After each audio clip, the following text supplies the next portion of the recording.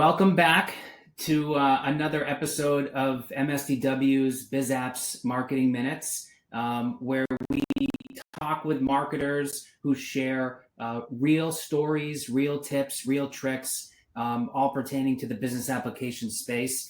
I'm Berezin, co-founder of MSDW, and I'm really excited today to be joined by Megan McDonagh from Celigo. Megan, thanks so much for joining us.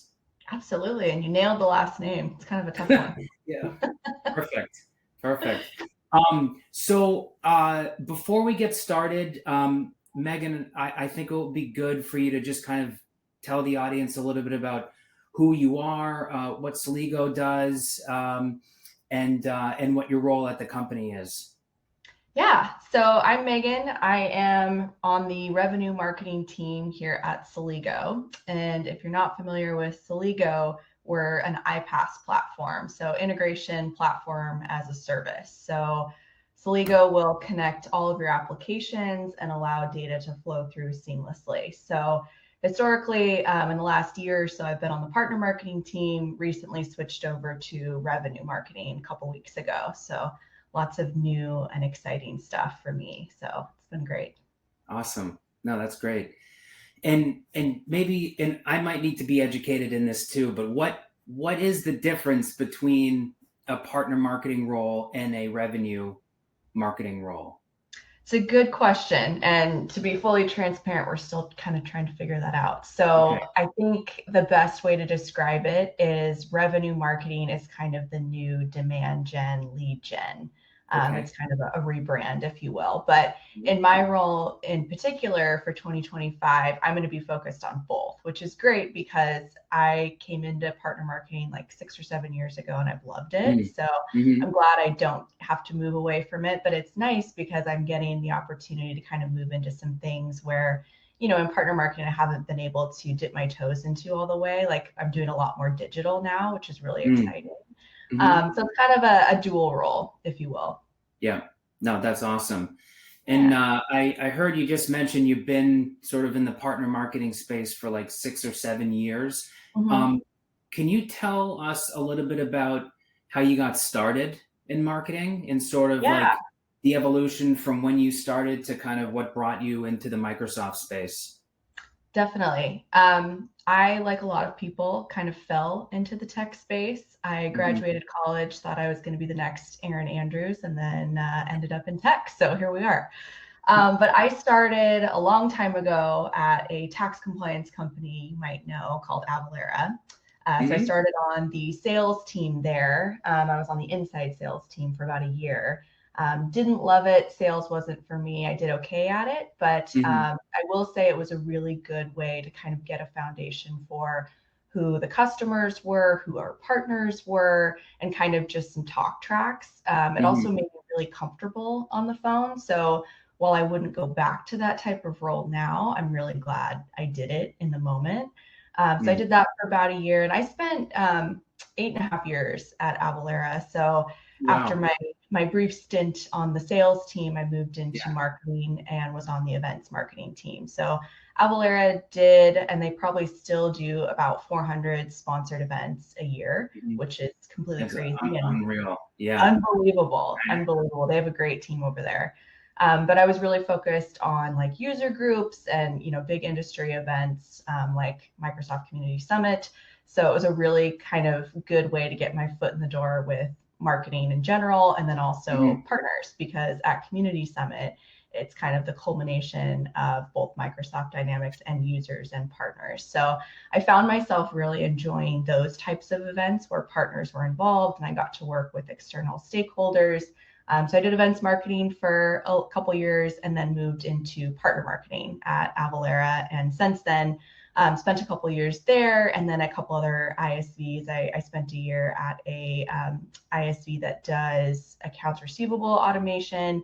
And now I've been here at Celigo for about 1.5 years doing partner marketing, now revenue marketing. So I'm excited because I still get to be in the Microsoft space, which I love.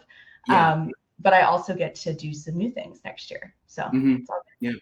And that's pretty cool. So it sounds to me like you've been in a lot of different, I guess, marketing roles.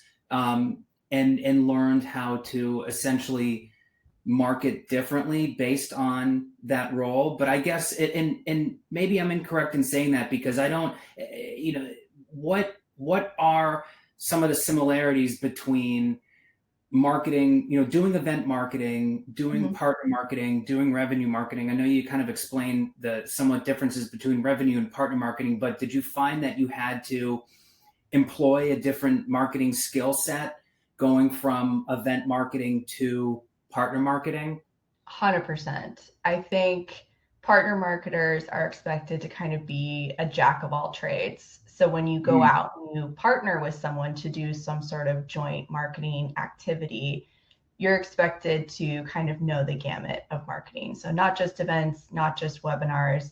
You want to know a little bit about digital, advertising in general, communication overall, content marketing. So you kind of have to have your feet in a little bit of everything, which I think is one of the reasons I love partner marketing, is you get to do a little bit of everything. Like no day is the same. And when you work with partners, you're always trying to align your goals and objectives with theirs. So in my first meetings with any partner, it's always really fun. I'll do a little bit of research on the partner. I'll meet the person, do a little bit of research on them beforehand, and really build that relationship, but also say, okay, what are your plans for 2025? What are some focus areas for you? And then instead of me throwing the list at them of here's all the great things we can do, it's more like, okay, so you mentioned that some big focus areas for you are manufacturing and distribution and XYZ. Here's how Celigo can fit into that. And here's some things that I think we can do to be successful together. So I think that piece of it has always been really interesting for me, because it's not the same anytime day. It's always different. And I get to flex those creative muscles and coming up with different areas that partners and Celigo can do together. So it's been fun.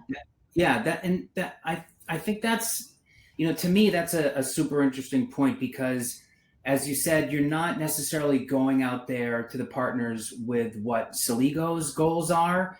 You're trying to position it in a way where you're meeting the partner's goals. So it sounds to me like the partner marketing approach that you take is much more collaborative.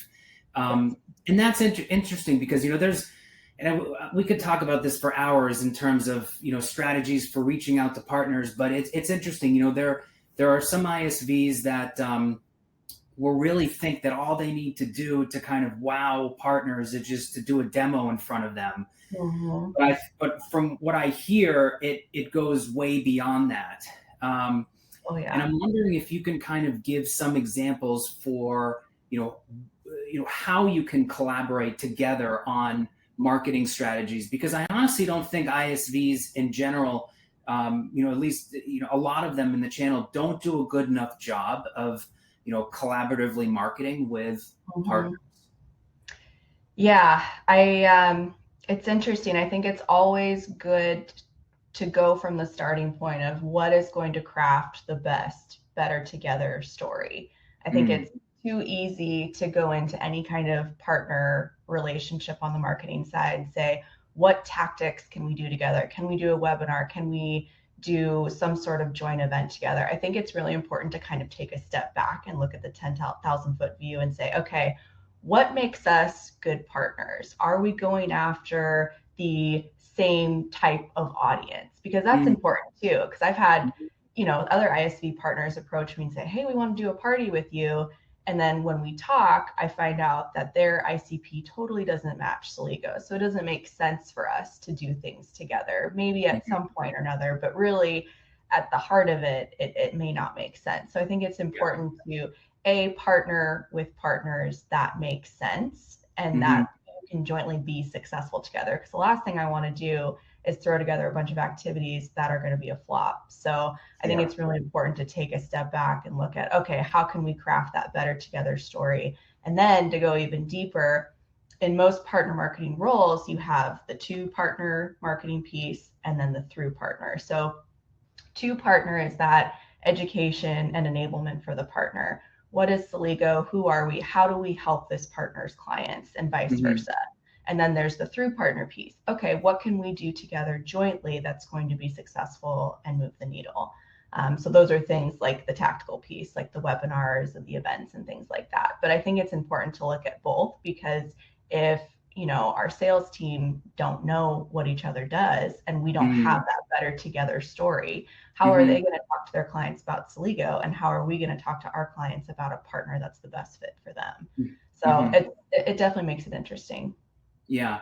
And I heard sales mentioned in there too. And I think sort of the whole like marketing sales alignment thing is huge. And I think that's a challenge for, marketers in our space, and probably all marketers. At what point do you, well, let me try to back up a little bit. When you engage with a partner, the first point of contact, is it typically the marketing person at that partner organization, or is it the salesperson, or do you try to bring both of them in at the same time? It's a good question, and everybody's favorite answer, it depends. So I've done both, where I've been kind of the first point of contact with a new partner. We're kind of talking about marketing from the get. And I've also been brought in later. So I think it kind of depends on your company's overall strategy with partnerships. Is it, you sign a new partner, they need to get 2 deals through the door in order to gain that marketing support? Or are we trying to reach people right off the get? So I think it just kind of depends on what the overall strategy is there. Okay, interesting. And with the majority of partner firms that you work with, do you find that the communication between marketing and sales on their end is pretty stable, or is that something that you also have to promote and get them to do more of? I think generally the partners that I've worked with have great relationships with their sales team, and they're pretty tight.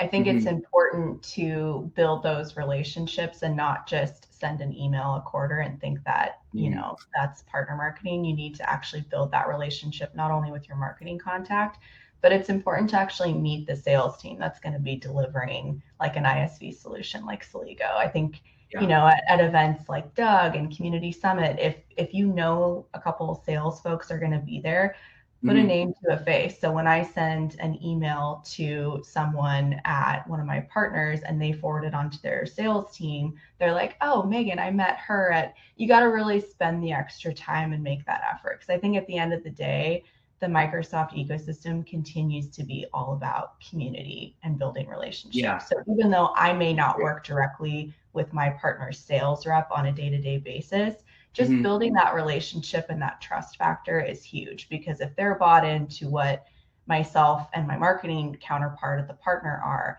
they're going to execute and help us get to where we want to go and actually move the needle. That's interesting.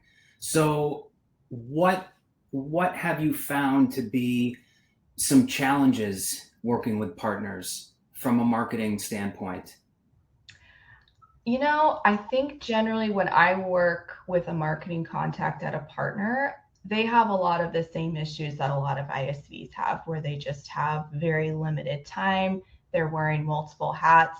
So I always approach every new partnership with not only finding out what their goals and objectives are and kind of their focus areas, but where do they see some gaps? Where can I help them be successful? Are they doing some type of newsletter that they need content for every month? Is that something I can help with? Is there a particular focus area they're lacking in content? Is that something we can come in and do a webinar for them? Things like that. So just finding areas where you can be helpful, as opposed to throwing the book at them and here's our list of activities we can do together. I usually try to fit into a partner's overall marketing plan before I begin to, go through the list of here's all the great things we can do. It's like, okay, what content and what's going to resonate with that audience best? Sure. And how can I help my marketing counterpart be successful in their role? No, that's super interesting. And, one thing that I often think of too is how can ISVs get higher up in the priority scale, or the list of priorities that partners have, because it's usually partners. I think the priority list goes something like this. They, number one, they want to, sell their own products. Number two, they want to upsell their existing customers. Number 3, they want to migrate existing customers, either to their own IP that they've developed, or to newer versions of various business applications. And then priority number 4 is working with ISVs. And I've always felt that ISVs are such an important part of this ecosystem that they should be higher up on that priority list, even though there might not be as much revenue for the partner by working with an ISV.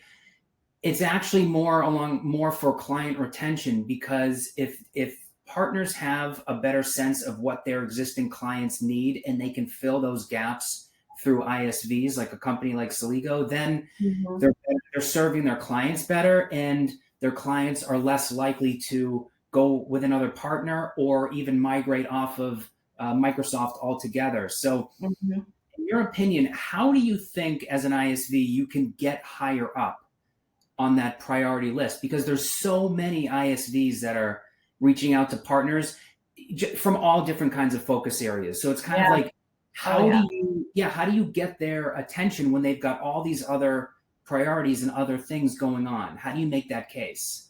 Yeah, and I don't think this is just for partner marketing either. This is for partner managers or partner sales too. Yeah. But I think number 1 is build that relationship, and not just with your counterpart, but the larger team.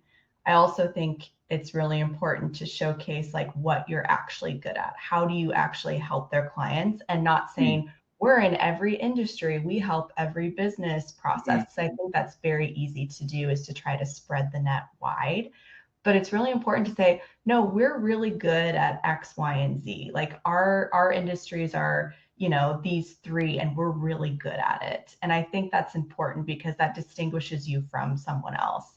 And then the third thing, I think, is just partner experience, making it so easy for those partners to work with you. You want to be accessible. You want to be able to have them work with you easily. Is it easy for them to ask you a question about pricing, or put a meeting on your calendar with a client? Just making it simple, easy, and really they have to like working with you. So building that relationship is important too. Yeah, no, that's interesting. And what do you think from a marketing standpoint, the best way to just even first get in the door with them, getting their attention? Because I would imagine that that's also pretty hard for ISVs to do. Yeah, I think, events like Community Summit are such a great opportunity to go out and meet people face to face. I remember back in the day, like 5 or 6 years ago, I went around like a week or so before. I had a list of folks that I wanted to meet and work with. I sent them a LinkedIn note or email, and I said, hey, I'm going to be at this event. Are you going to be there? I'd love to drop off a coffee or a tea and just say hi for 5 minutes. So not necessarily like a serious 30-minute, an hour meeting of like marketing planning. Yeah. I know how busy marketing people are at these events. They're doing multiple hats. They are running the booth. They are managing their team, and they have meetings that they need to attend to. So I found just reaching out the week before, 2 weeks before, like, hey, I want to drop off a coffee. It's a goodwill gesture where you're not taking a lot of their time. You're still putting a name to a face. And then a week or so later, I'd follow up. I'd leave my card, usually in the sleeve of the coffee or the tea. And then I'd follow up and say, hey, like we met last week. It was so lovely meeting you. Love to get a meeting on the calendar. I found building that relationship first and giving before I tried to get something was the best way to start a relationship off on the right foot. Like a lot of the times since I was leaving my business card, they were calling me the week after and saying, hey, like let's meet. So I think it's really important to be really careful about time. I think those live events are so important to get face time, and really just starting off on the right foot, building that relationship before you ask them for something. That's a pretty cool strategy, and I sort of like the passive nature of that too. It's like it's very non-threatening and it's friendly, and I think that's really cool. So in what's a good way to do that digitally? Because with events, and listen, I go to a bunch of events every year, and I love seeing people that we work with and meeting new people. Unfortunately, they only last a couple of days. So So what do you do when you're not, at events, networking and seeing people? What's a good way to connect with those partners digitally? Yeah. I think if you personally don't have the relationship, look for someone at your company first that does. So maybe it's my partner manager that already has an in with someone else. Get a soft intro there. If it's a brand new partner and no one at your company knows the partner, I think it's really important to use LinkedIn. So reach out and just say, hey, would love to meet you. Here's why I think we should meet, and really be like concise and why you want to meet with that person. I think Mm-hmm. there's really good synergies between our two companies because of X, Y, and Z. I also think it's really important to, if you're able to, not every ISV is able to do this, but if you have a client that's on the hunt for a new partner, maybe that's a good opportunity to kind of get your foot in the door by, again, giving before you ask for something. Mm-hmm. So working internally with your sales team to find a good candidate that's on the hunt for a good partner and being like, hey, we're trying to start this relationship with this partner. Might be a good idea to introduce this client first. Another good thing to do is, again, with LinkedIn, look at the person's network. Is there anyone that they're connected with that I'm also connected with? Maybe I can reach out to a mutual friend of ours to get a soft intro. So just kind of looking for those little things to, again, build that relationship. Yeah, no, that's a great idea. I'm a huge believer, especially if you work with partners too, in passing off some of the leads that you get, the user leads, especially if they don't have a partner, or even if you have connected with those users and you know that they're not happy with their existing partner. So yeah, It's a tough balance too, it because a lot is. of times those ISVs are trying to play Switzerland because there is Sure. such a large partner ecosystem. So I Yeah. think on the flip side of that, also being careful not to burn any bridges there too, like not giving That's true. away a client that you're already working with a partner on. That can be dangerous. So Mm-hmm. it's just finding that balance in between. Yeah, no, that makes sense. So from an actual campaign perspective, and this is kind of shifting gears just a little bit. So in my opinion, there are two kinds of marketers. There are reactive marketers and there are active marketers. And we've worked together for a little while now. And I think of you as more of a proactive marketer, meaning you structure campaigns in advance, you plan things out. There's a strategy and a reason for doing every single activity versus a reactive marketer, which is they just wake up and they say, oh, you know what? I think we should promote this, or I think we should do this, but there's no real plan around it. So as a proactive marketer, what can you say to reactive marketers in order to kind of get them to think more strategy oriented or plan oriented? Well, I The appreciate importance you of saying that. that about me. First of all, that's Oh, very kind. well, you're I welcome. can tell you I'm a mix of both. And I think it's okay to be a mix of both. So I think we all start in November, December, this time frame of building out this plan for the next year, right? So we'll Mhm. start out being proactive, and then things kind of come up every so often. And that just happens, I think, in partner marketing. Maybe a partner has an event that they're doing, their client conference that they've never done before that they want you to sponsor, or maybe a joint webinar opportunity pops up. And I think it's okay to build that into your plan. So I generally will start with, okay, what are my Celigo company objectives? Below that, what are my partner marketing and revenue marketing strategies that I'm going to partake in order to meet those Celigo goals? Okay, Mhm. now I'm going to take it a step further and go, what are the tactics and channels I'm going to use to get there? And it's usually a mix of partnering with channel partners within the ecosystem. It's working with companies like MSDW, where we have the same audience that we're trying to reach. And then it's also doing your guerrilla marketing, your demand gen marketing, where you Mhm. create your total account list, your tall, and create meaningful messaging and content that will resonate with that audience. So it's kind of Yeah. starting there, but knowing that things are going to pop up. And Mhm. I think as a very type A personality. That was a little hard for me at first, just having things kind of pop off randomly. But I think throughout my career, I've kind of just built that into my plan. Like I've set aside extra budget for things that are going to come up, especially because, you know, your company's objectives may change H1 to H2, or your partners may change. So it's important to be flexible and adaptable. But what I always go back to is, what are my company goals? What are my strategies? And then even building those reactive tactics off of that. So always going back to basics, and is this particular channel or tactic going to move the needle? Does this meet the goals and objectives I'm trying to hit for the year? So that's been kind of helpful, just to look at it that way for me. Yeah, that's a pretty cool way of thinking about it and looking at it. So it sounds to me like it's almost more of like a hybrid approach, where you sort of want that baseline where there is some kind of a plan, but if you need to pivot throughout the year and be a little bit more reactive, then you can be able to do that as long as it sort of aligns with the company's goals and the mission. Yeah. And I think being comfortable in that flexibility is hard, but I think it's totally worth it. I don't know if you saw, Jaguar just redid their logo and their tagline. Oh yeah, it's funny you mentioned that. I saw that on LinkedIn yesterday. Yes, I read it this week too. So they changed their tagline to copy nothing.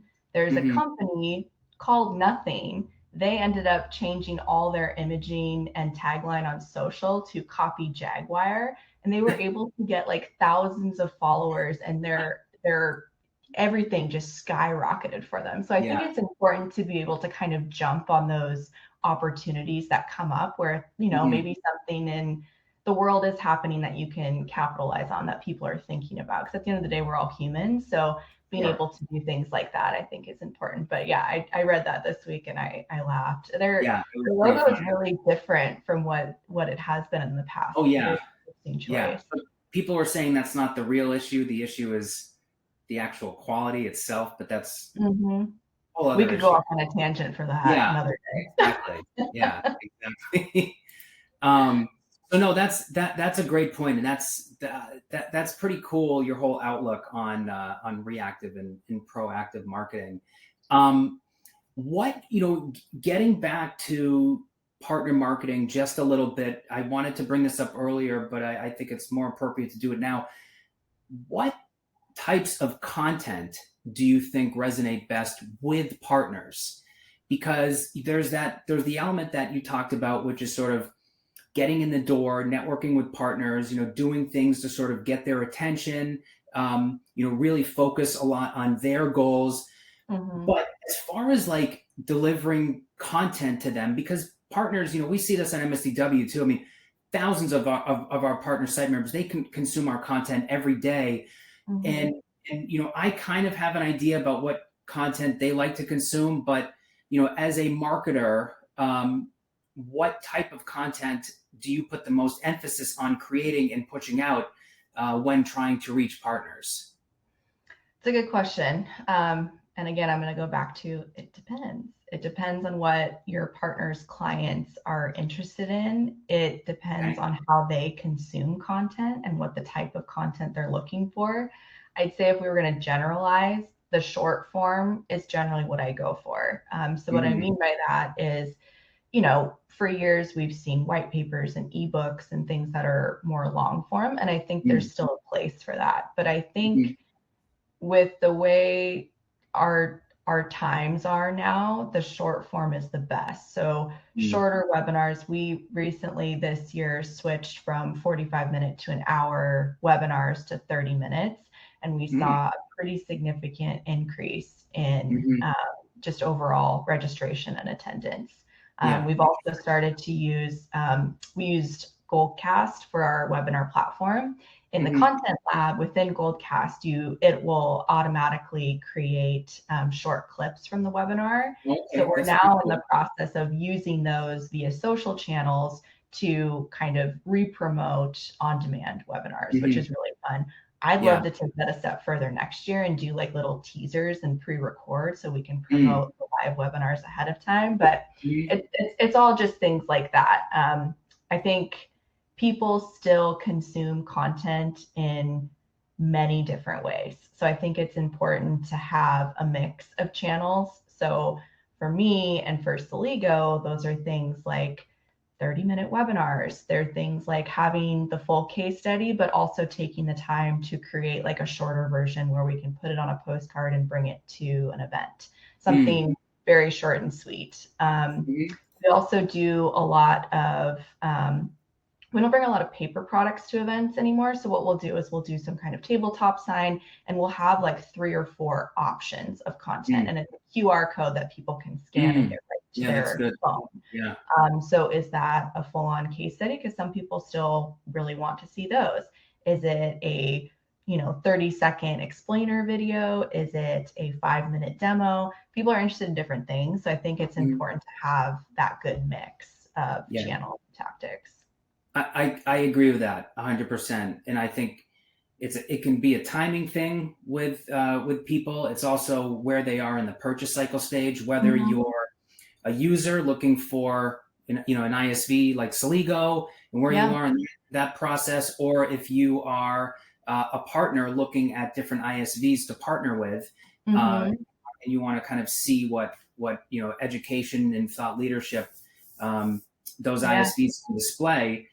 Because I almost feel like partners, there is an emphasis on that. They want to make sure that the solution is good with as far as who they partner with from an ISV perspective, but they also want to make sure that the company kind of knows what it's doing and it has experts behind the product and thought leaders and people that can really speak to it. So I at MSDW, we've seen partners consume all different kinds of content as well. Whether it's I have a question for you, if you don't mind. What are your thoughts on gated versus ungated content? Because I have my thoughts, but I'd love to hear what you think. Okay, so that's a really good question. Now I'll use MSDW as an example here. We've always gated our content for over 16 years. And the reason is because our site is membership based, so that unless you're a member, then you can't download any content.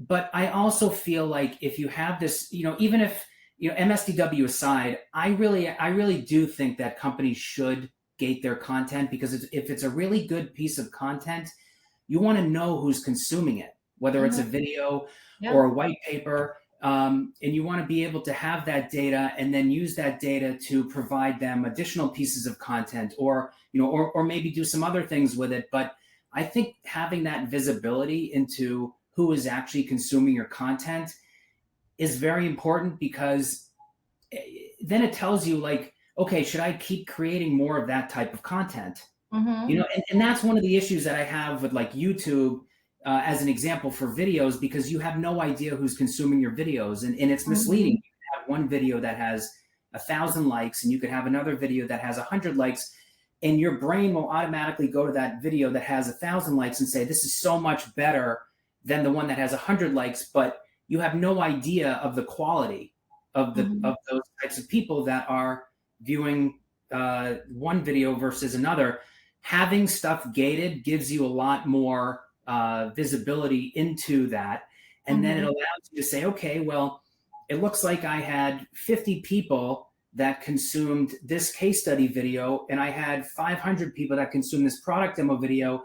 But all those people that consume the product demo video, they're not falling under my target criteria. So, I now, instead of doing more product demo videos, I'm going to focus on creating more case study videos, because I know they bring in higher quality leads. And same can be said with white papers.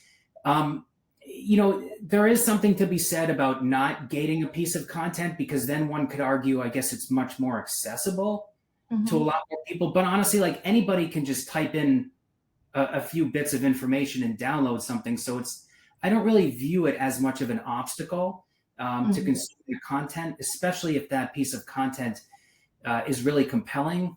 And content it's not all that cheap to create, No, especially it is really good not. content. So it's like you want to have an ROI for the content that you create. And I think probably the best way to do that is to gate it in some way, shape, or form. Mm-hmm. It's my opinion. Yeah, no, I hear you. And the traditional marketer in me 100% agrees.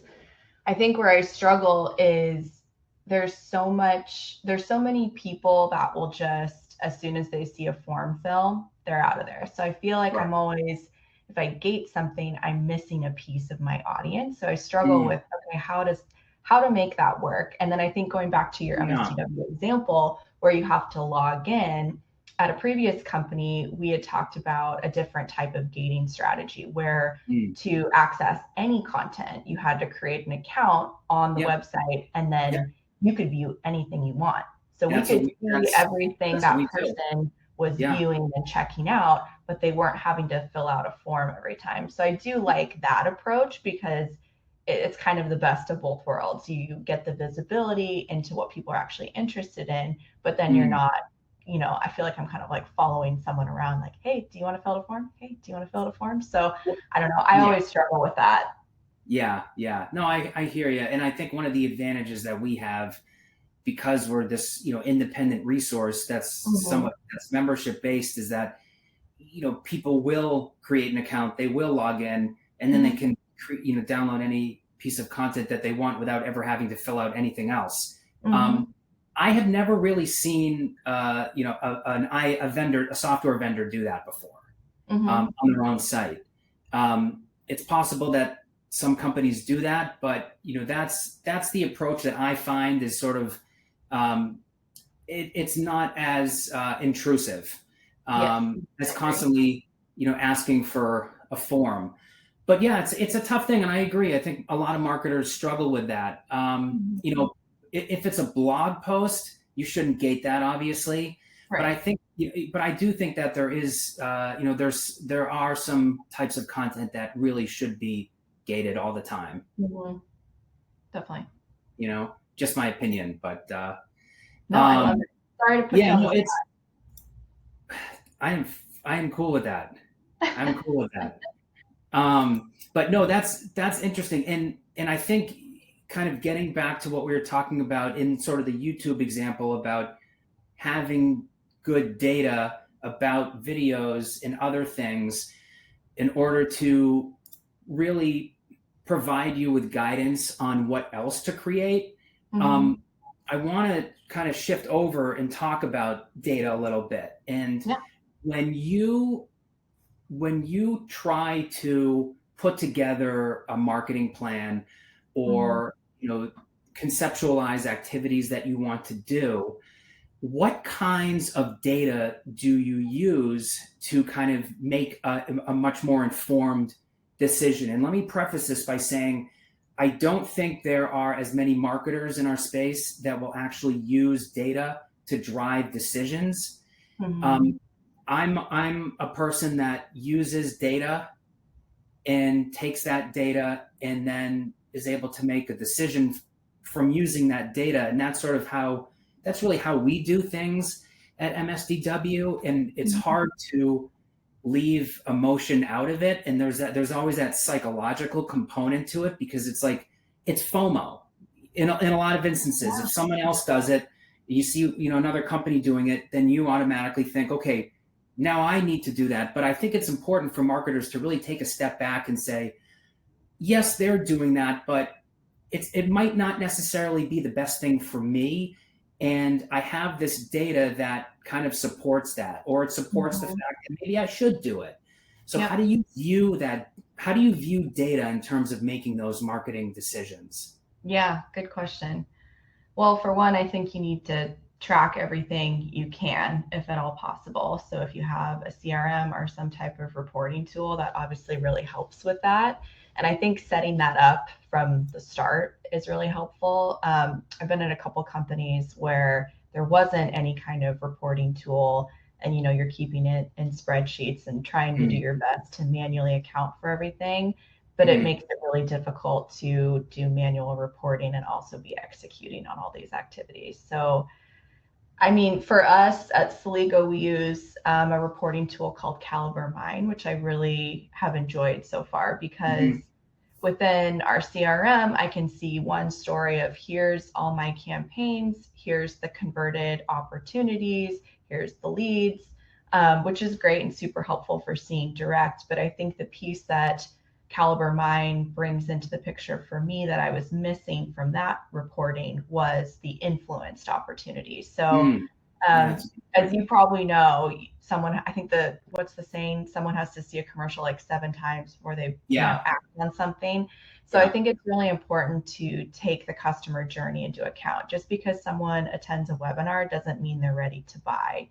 So Caliber Mind will actually look at someone and take all of their activities into account. So you'll see like, oh, this person attended a webinar, they downloaded a piece of content, we saw them at an event, and the event might be the attribution for direct, but really you want to look at it holistically, like, oh, 20% of the attribution goes here, 40% here, and so on and so forth. So I think it's important to not just look at last touch. It's really important to see the whole picture, because a lot of what I did for Celigo in the Microsoft space last year maybe didn't directly convert off of one thing. It was multiple things. And I remember one of the things I was really excited about at Community Summit was, we've been in the Microsoft space for a couple years now, but we're very well known in the NetSuite space. It's different in Microsoft. It's really all about building that brand and building those relationships with partners. So I was really excited this year because I had multiple people come up and say, hey, I saw you on that MSDW webinar. Hey, I'm coming to your session. I'm familiar with you because of X, Y, and Z. So I think it's a culmination of like an integrated marketing approach where you're doing all these different tactics and channels. And it really came together. Like I remember last year we had a session at Community Summit and we brought in a customer and we were really excited about it. And it was great content, but we didn't have a good turnout. This year, I think because of everything we did with MSDW and our channel partners and really putting the Celigo brand out there, we had 80 plus people. We had standing room only. None of our team could sit down. We brought in a Microsoft MVP to get his viewpoint and then also a customer. So it was a panel style. So it was just really great to see like, okay, it's not just one thing. It's really about getting involved in the community because again, people consume content in different ways. So it was really nice to see at Summit this year. It made me really excited. Yeah, no, that's an awesome story. Not just because you mentioned MSDW too. I want to clarify that. But no, I love your approach to sort of making marketing like multifaceted and having integrated campaigns and multiple touch points. It's funny. Like sometimes I'll be asked by ISVs, okay, where do you think I should spend, put my marketing dollars? And obviously the stock answer would be just do everything with MSDW. But but I never say that because because I really don't believe that. I believe that you really need to do some events. You need to do stuff with us. You need to do other stuff. It's a culmination of a lot of different vehicles that, to your point, drive that awareness and generate those leads. And sometimes it can take time. I think a big misconception that a lot of companies in our space have is that, and you kind of you made a great point. If I do one webinar, then all my problems are solved. And it doesn't work like that. You could have a really good response to a webinar or a podcast or some other type of content exercise or campaign. But to your point, it's the culmination of doing a lot of different things through a lot of different vehicles consistently, each month, not just doing one thing, calling it a day, and then coming back and doing something 6 months later when you've lost all momentum. It's like this perpetual motion machine that constantly has to be, it's moving on its own, but it constantly has to be fed with new content and new ideas and new strategies. So that's interesting. Another thing I've learned just in doing things with MSDW and doing other things throughout the ecosystem is you kind of have to find that middle ground of not being a sales pitch, offering thought leadership that adds value, and there's tangible things that people can take from that content, whether it's a video, webinar, written piece of content. You kind of have to find that middle ground where it's like, okay, I want people to say, I learned something, I can take something away from this, but you also want them to remember Celigo and what they do. Yeah. And finding that balance can be really hard, because I think, if you're targeting bottom of funnel, it may make sense to be more salesy, product focused. But if you're focusing on top of funnel, then you're looking at an educational asset of some sort. But a lot of the times when you do like a webinar, an event, you get people from all over within that funnel. Some people may not know who you are. Some people may be very familiar and have talked to you in the past. So it's really important to kind of meet in the middle of providing value, showcasing your brand and what you can do, but not being overly sales pitchy. Yeah, it really is such a great point. And I think that really kind of comes down to knowing who your audience is, right? And but to your point too, it's almost like, sometimes people in the later stages of the purchase cycle, they will go to educational sessions. And then people that are in the, let's say early stages, they might go to some kind of a case study session or download a case study or whatever. So, it can be difficult and a little daunting, I think, for a lot of companies to figure out exactly the types of content that I should create, not just from a format perspective, but from a messaging perspective. And actually, in one other thing I wanted to actually ask you about kind of messaging, when you create campaigns that go to partners, and I know you do some things to users too. What do you do to make sure that the message kind of speaks directly to each of those different groups? Because I've seen mistakes that ISVs will make where they'll market something to partners, but the kind of the vibe of that piece of content or whatever it is that they're doing really speaks more to customers, or it's sort of a little bit ambiguous, so it's not really speaking to either group.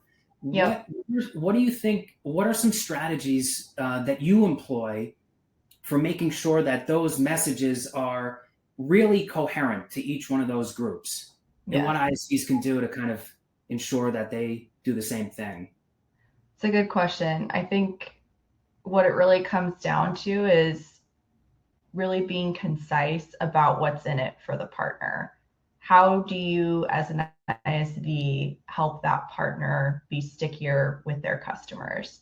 How do you help solve that client's problem, which is kind of where some ISVs get stuck. They really focus on that.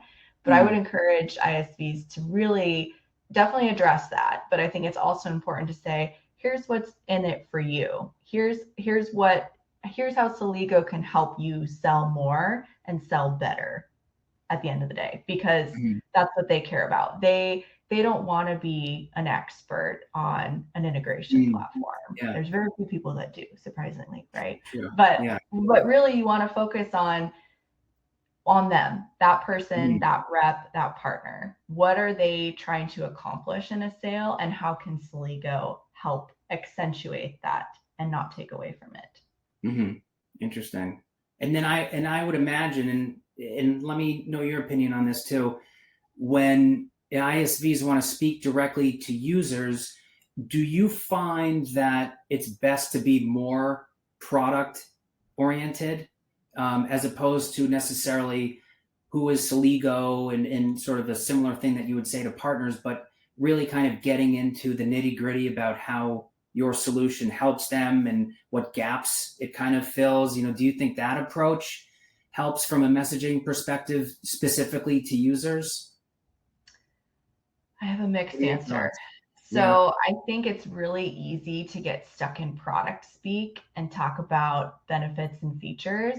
But at the end of the day, someone wants to know, how do you solve my challenge? Do I have a challenge? And if I do have that challenge, how do you fix that? It's not necessarily showing off all the bells and whistles of your product or service. It's really about focusing on, here's how we can help you get back to what's really important in your role. I'm going to save you X number of hours doing this because I do this. So it's really about focusing on the problem and how you solve that versus features and benefits and all that stuff. And it's tough because some people, I think the product speaks to that and speaks to them. But I think 99% of the time you should start with, how do I solve a challenge for you? Okay, that's interesting. Yeah, that's pretty good advice, because I see a lot of ISVs just sell, sell, sell, sell, sell, and I agree with your perspective on that. So that's interesting. So all right, so before we kind of run out of time here, I wanted to actually touch on one more thing, and that is marketing innovation in this space. And it's kind of a broad topic, but I do consider you to be, and I'm really not just saying this, an innovative marketer. Yeah, because I in working together, I like a lot of the tactics that you employ. You were, as an example, one of the first companies to try out our new verification program as well. So, what do you think of sort of where marketing is going in this space? And if you're a marketer and you're kind of hesitant to try new things, and be innovative, like, what advice do you have for those people? I think if you're a partner marketer specifically, you kind of have to try new and different things. And going back to our earlier conversation, that's something I really enjoy. I think it's important to always go back to the data. Is this new idea or new tactic aligning with my company objectives and goals? Always go back to that data piece. But I think it's important not to be afraid to try new and different things, because you never know what's going to work. And I think if you continue to do the same things over and over again and do the same types of content over and over again, people get bored and they won't come to your webinars, they won't read your content. So it's important to keep it fresh. It's also important to use tools like, for us, it's Caliber Mind, looking at that complete customer journey and making sure you're taking account all the touch points that you have with that person, and not just relying on last touch attribution. But I really enjoy trying new and different things. And I think MSDW is great about offering new and different programs. And even throughout the year, like, I know whenever I review the prospectus every year, there's always one or two new programs, but you also will hit me up once or twice a quarter. Hey, I have this idea of doing this or that. And it's really good to kind of do that, especially for ISVs, because they're doing so many different things. They're doing things with MSDW, they're doing things, with channel partners, and for some, they're doing things directly with Microsoft. So it's really nice to have options, and especially working with MSDW, a lot of that lift is taken care of by you guys, which I totally appreciate, and it helps me be a better marketer.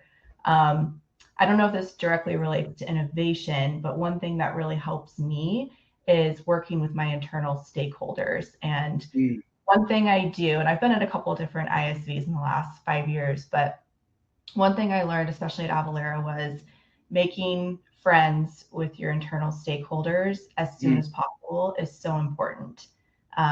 Just meeting with people that are going to impact your success. So for me, that's product marketing, that's our design team, that's our content person, that's our social media person. So I always make a point, and I did at Celigo, like, meeting those people, understanding what their goals and objectives were for their role, and then sharing what I wanted to do and how I thought they could help me get there. And if there were opportunities for me to do that for that internal stakeholder as well, that's important, because that solidifies that trust, that builds that relationship. They're going to be much more likely to help me with things and make them more impactful. So for example, I work directly with product marketing quite a bit. They do a lot of my speaking sessions. I'll write up topic and descriptions for things, and they'll kind of adjust and zhuzh it up based on their expertise, which is incredibly helpful. If I was doing this on my own, I would not be successful. So I think it's really important to not only work with your partners and external stakeholders, but really make friends and build relationships internally, because those are the people that are going to make your campaign successful, especially if you're a partner marketer, because you can't do it alone. Yeah, no, that makes perfect sense. And that's really, really great advice for marketers that watch this. So thank you.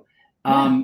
Well, I won't take up any more of your time, but it was awesome to speak with you, and thanks for sharing your thoughts and insights with the audience. Yeah, so looking forward to continuing to work together, and hearing some more cool stories from you about your partner marketing journey. So thanks a lot. No, thank you for having me. This was really fun. It was great to have a back and forth conversation. You're always great to talk to. So thank you for having me. Thank you. Take care. You too.